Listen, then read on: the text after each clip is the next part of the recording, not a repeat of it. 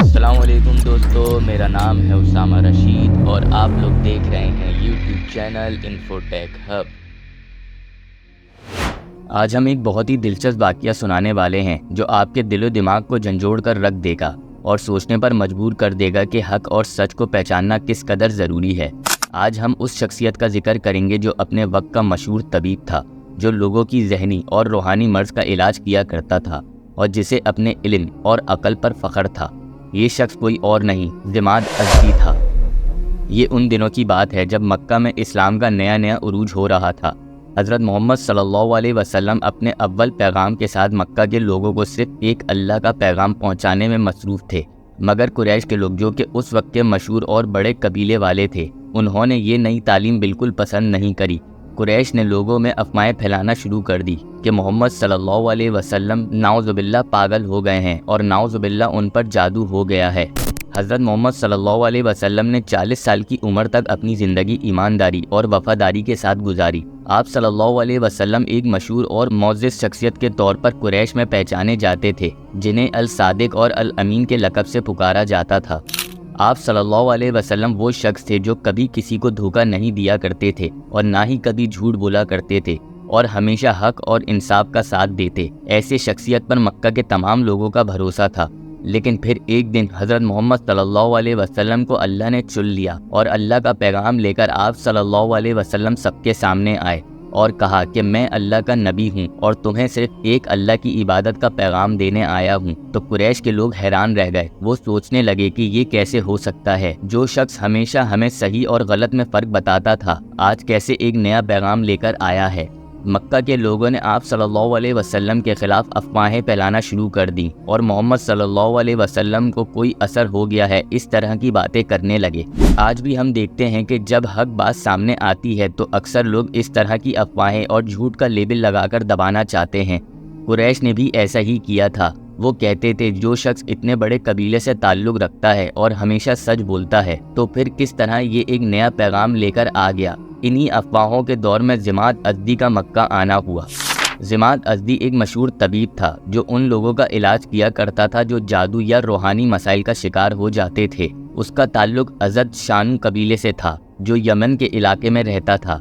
ضماد اپنے قبیلے میں بہت عزت اور مقبولیت رکھتا تھا اور اس کا علم اور فہم لوگوں کے لیے مشہور تھا۔ یمن کے قبیلے میں جادو اور علم طبیب کے بارے میں بہت سی باتیں مشہور تھیں اور ضماد کو ان میں کافی مہارت حاصل تھی۔ یہ بھی کہا جاتا ہے کہ وہ روحانی اثرات اور جناتی اثرات کا علاج کیا کرتا تھا۔ ایک مرتبہ ضماد مکہ میں آیا تھا اور اس نے وہاں قریش کے لوگوں سے افواہیں سنی کہ محمد صلی اللہ علیہ وسلم اپنے آپ کو نبی کہہ رہے ہیں اور انہیں جادو کا اثر یا کوئی پریشانی ہے۔ ضماد نے سوچا کہ وہ حضرت محمد صلی اللہ علیہ وسلم سے مل کر ان کا علاج کرے گا، کیونکہ اسے لگتا تھا کہ یہ افواہوں میں کوئی نہ کوئی حقیقت ضرور چھپی ہوئی ہے اور ضماد کو اپنی قابلیت دکھانے کا بھی موقع مل گیا تھا۔ جب ضماد محمد صلی اللہ علیہ وسلم سے ملنے آیا تو اس نے بڑی عزت اور احترام کے ساتھ آپ صلی اللہ علیہ وسلم کے ساتھ گفتگو کری اور پھر کہنے لگا کہ میں نے مکہ کے لوگوں سے سنا ہے کہ آپ کو کچھ تکلیف ہے، میں آپ کا علاج کر سکتا ہوں اگر آپ مجھے تکلیف کے بارے میں کچھ بتائیں۔ حضرت محمد صلی اللہ علیہ وسلم نے ضماد کو دیکھا اور مسکرائے اور صرف آپ نے وہ خطبہ پڑھا جو آپ تقریر سے پہلے پڑھا کرتے تھے۔ ان الحمد للہ نحمده ونستعینه ونستغفره ونعوذ بالله من شرور انفسنا ومن سیئات اعمالنا من يهده الله فلا مضل له ومن يضلل فلا هادي له واشهد ان لا اله الا الله وحده لا شريك له واشهد ان محمدا عبده ورسوله۔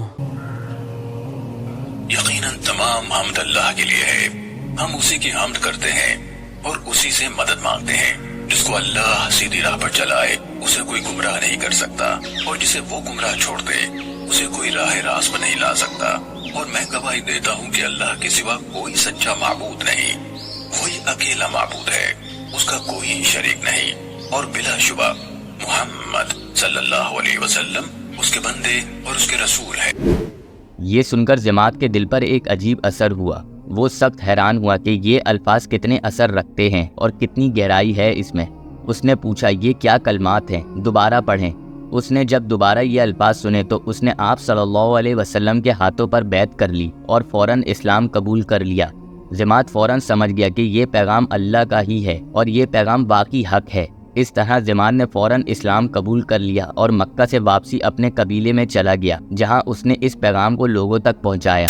ضماد کے بارے میں اسلام قبول کرنے کے بعد کی زندگی میں زیادہ تفصیلات نہیں ملتی، لیکن اسلامی روایت میں یہ ذکر ملتا ہے کہ اس نے اپنے قبیلے میں اسلام کا پیغام بھی پہنچانا شروع کر دیا تھا۔